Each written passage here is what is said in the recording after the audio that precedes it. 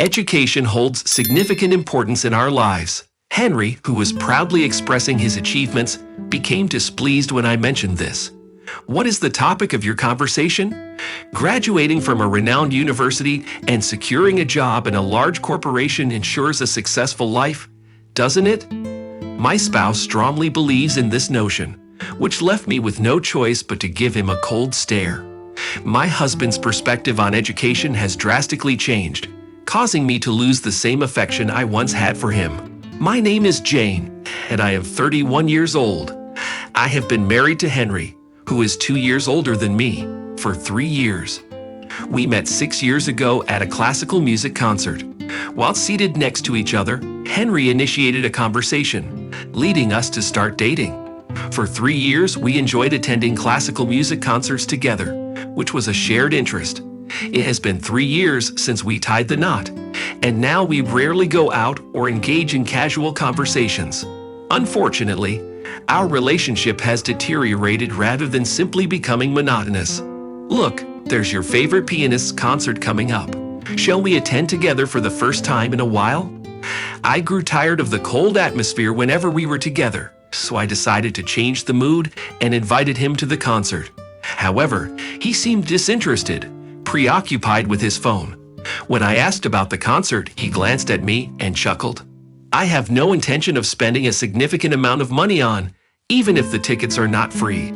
I will consider it when you become a slightly more helpful to me. All right, I will pay for my own ticket. I still have some savings prior to getting married. That is not what I am referring to. You do not comprehend what I mean, do you? It is pointless to tell you anything because you are a fool, aren't you? Henry is laughing. The reason I am not employed is that Henry requested that I not have a job. Prior to getting married, my plan was to work until I become pregnant, and I was contemplating whether I should have continued working and collaborated with each other. However, Henry is the one who asked me to stay at home and take care of all the household chores because he could earn enough money for both of us. Henry requested that I resign from my job, perhaps because there has always been a stereotype within him about housewife. Man works and woman stays at home. Or maybe he was excessively proud of himself. I prioritized my time to care for a child and quit my job. Henry looked down on me even though he asked me to quit my job. I knew I should have married someone who was as intelligent as I am. I cannot compare myself to you, so conversing with you is exhausting. Henry is being sarcastic. He graduated from Tokyo University and works for a large company. He is too arrogant. You and I have too much disparity in educational background, so I am superior to you. Henry repeated such statements whenever he had the chance. I admire that pianist and desire to attend the concert, but I am unable to accompany you. If I were to decide to attend, I would go there by myself. Why did we used to go there together before getting married? Wouldn't you comprehend me? Just because we lived together for a long time doesn't mean you are deserving of me. What on earth? Isn't it accurate that you should be grateful for my support, considering you didn't even graduate from a reputable university? If you have a complaint, leave. As soon as Henry uttered those words, he returned to his bedroom. Why can't we get along with each other? From what I remember, he was caring for about 6 months after we got married. He was quite modest, not boasting about himself. After I resigned from my job, I started feeling increasingly disconnected from society, and it seemed like we were slowly drifting apart. 2 weeks later, I went to the concert by myself since I had already purchased 2 tickets. Henry rejected me in a terrible manner, but I admired this pianist. I felt a bit empty, but all of the performances were fantastic, and I was still reveling in the aftermath of the concert. As I was walking towards the exit, ready to leave the venue with a sense of contentment, I noticed a familiar figure in the crowd. It must be Henry. Wasn't he at the concert? Henry's company has flexible working hours, so it wasn't surprising to see him here. The strange thing was, Henry wasn't alone. He was holding hands with a woman I didn't know. They were walking together, their faces very close, talking and smiling at each other. It could indicate that they were a pair. I made the decision to blend in with a group and trail Henry. They left the venue and entered a charming restaurant nearby. After some time, I received a text message from Henry. I have to work overtime tonight. I don't need dinner. The message was short and only stated the fact. However, he is currently dining with another woman. His demeanor was significantly different from the usual, unlike being cold and looking down on me. Nevertheless, this explains the changes in Henry's character. He must have been unfaithful to me in the past, and I must have been somewhat blinded by it. Do you expect me to quit my job in order to do all the household chores? He takes away my freedom and destroys the family on his own, doesn't he? I was impulsively losing control of my emotions. The two of them seemed to finish their meal, and they were walking towards the hotel to enter. I was extremely shocked by this and unable to think clearly when I arrived home. Naturally, tears welled up in my eyes out of anger as soon as I entered my room, and I couldn't stop crying. I researched various topics in order to enhance our quality of life, including healthy cooking and efficient cleaning methods. Henry told me I couldn't do anything, but I still tried to support him. However, no matter how hard I tried, it was futile for him. I couldn't comprehend what was happening in my mind because I was devastated, frustrated, or angry. I couldn't fall asleep at all. As the morning grew brighter outside, I heard a noise that Henry has just arrived at his house. Welcome back. You're quite late today. Oh wow, you were still awake. I was simply wide awake tonight. Didn't you take a nap? That's why. You couldn't sleep, right? Being a homemaker must be carefree, and you can just relax at home because I only go to work. You probably have no idea how I feel about working until this late. Henry lied to me while he was taking off his suit. Many colleagues are relying on me because I have an undergraduate degree from Tokyo University, so I am very busy. Nevertheless, my coworkers are intelligent as well, and they work smoothly and efficiently. Yeah, on the other hand, you are not as smart as they are, only graduated from an unknown college, and you're boring to talk to. Do you truly believe that academic background is the most important thing? Ford, who was happily boasting, frowned at me when I said that. Of course, I was very proud of myself. I graduated from a prestigious university, joined a large corporation, and work with high-level executives. I must be one of the winners in life that everyone would think of. Are you jealous of me? No, I'm not. I don't want to judge people based on their academic backgrounds. I believe that there is something more important than a degree.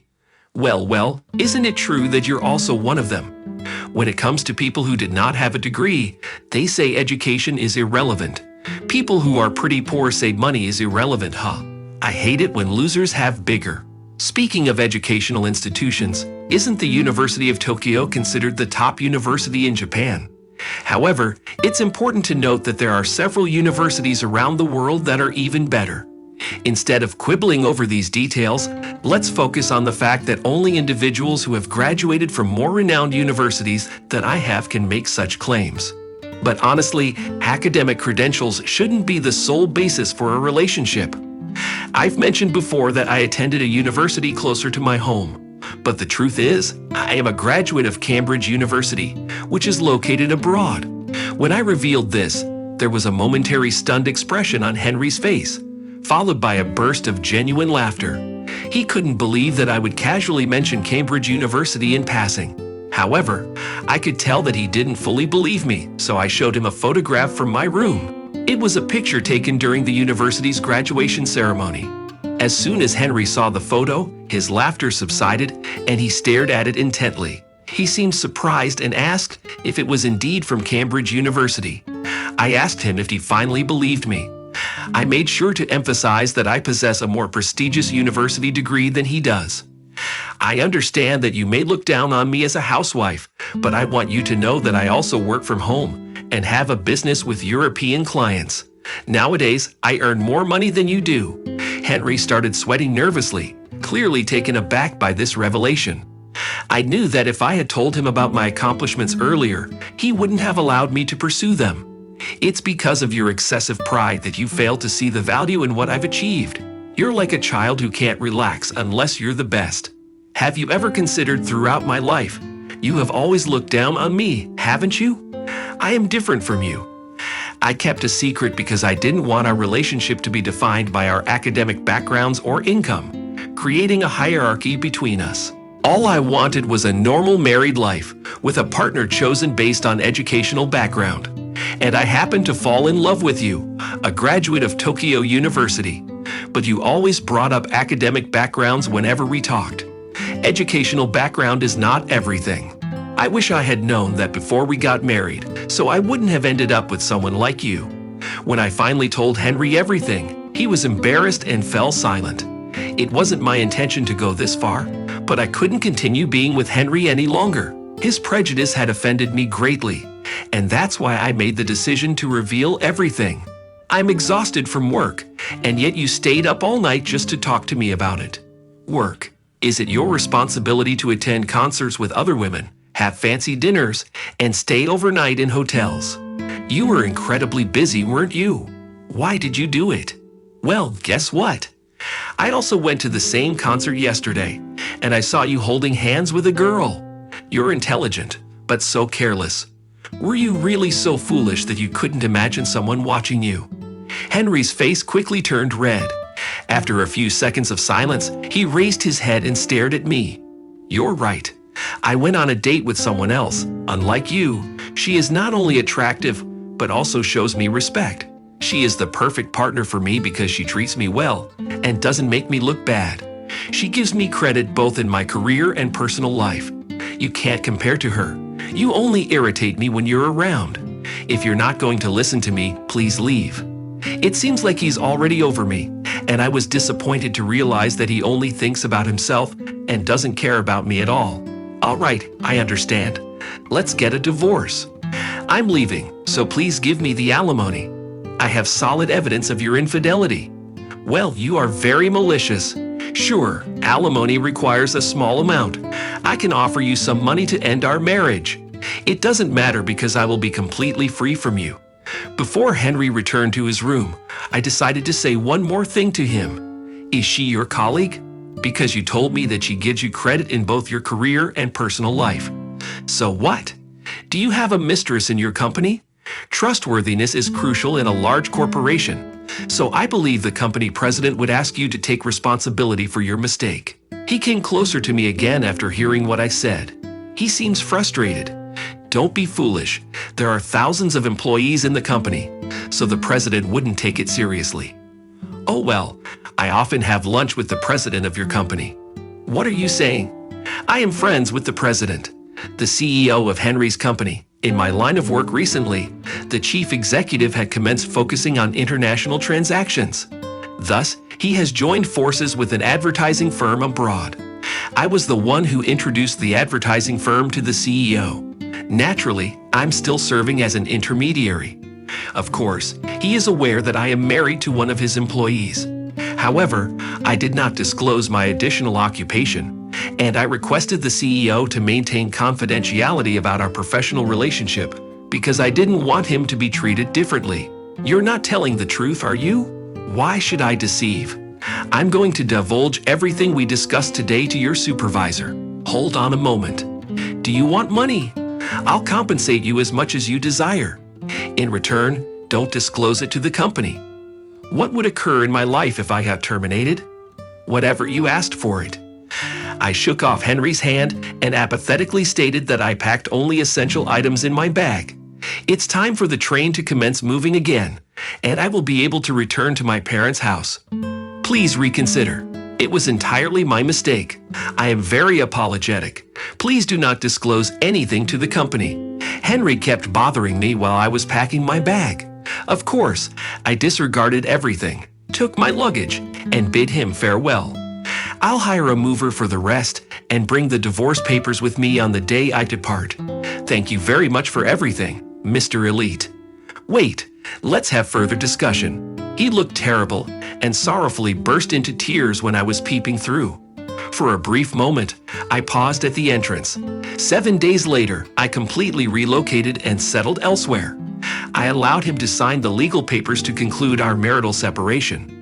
It had been a week since her marriage dissolution. Henry, in reality, seemed to have transformed into a different individual. He is always fearful of something and constantly apologizing, causing his pride to crumble.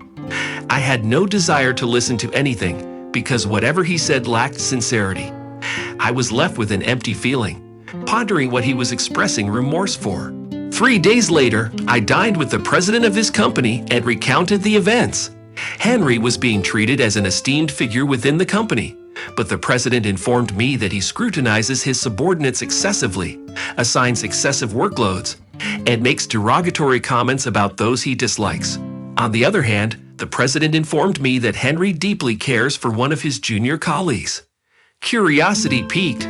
I requested to see a picture of her and discovered that she was the woman with whom Henry was having an affair. Upon hearing my account, the president decided to confront Henry and the woman the following day. Under intense questioning from the president, they apparently confessed their guilt. Word of the scandal spread throughout the company that day, and people began mocking them. Eventually, the two of them could not handle the situation and chose to resign from the company. These two individuals, who were once the closest of friends, began blaming each other and ended their relationship. Henry and his partner were left with only the alimony that I had requested. In contrast, my business was flourishing more than ever. After giving it some thought, I made the decision to approach it with greater dedication. I leased a compact workspace in Tokyo and experienced a sense of optimism as I embarked on a fresh beginning. I am maintaining regular communication with the CEO, who has been exceptionally supportive in assigning his staff to assist me.